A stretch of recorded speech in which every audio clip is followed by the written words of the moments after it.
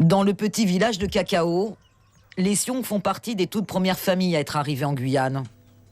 Ndoua et Djoua Siong, partis du Laos, réfugiés politiques. Aéroport de Cayenne-Rochambeau, 4 septembre 1977.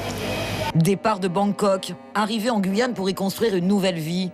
Ils avaient tous les deux 20 ans, 2 enfants, quand ils débarquent en 1977 à Cacao. 42 ans plus tard, cette famille d'agriculteurs vit toujours au village. Tous leurs enfants et petits-enfants sont français. Mais les parents Siong restent encore aujourd'hui des étrangers. 42 ans de carte de séjour. Et malgré des demandes répétées de naturalisation, leurs dossiers sont systématiquement refusés. 4 fois déjà. On fait papier pour demander nationalité à français. 4 fois déjà. Mais c'est dans la poubelle, c'est fini. Pourquoi? Vous savez pourquoi? C'est pas. Moi, c'est trop vieux. Après, je mourir. Pas la peine pour demander nationalité à français.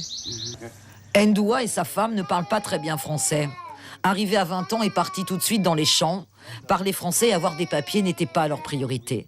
C'est pourtant la barrière de la langue qui est le motif invoqué par la préfecture pour leur refuser la nationalité française.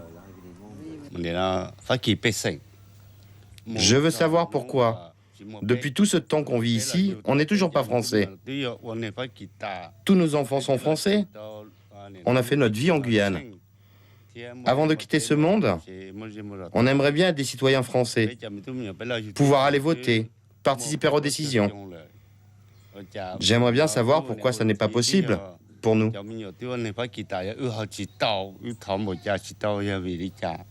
Pour leurs enfants, cette situation est une véritable injustice.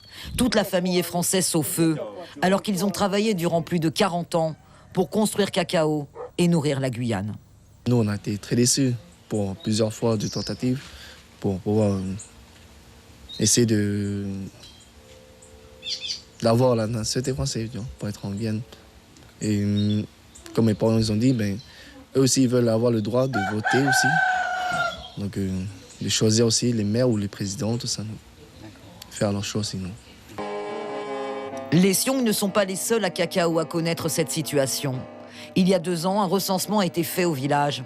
Il serait une dizaine d'anciens à ne toujours pas être reconnus français. La République les a oubliés.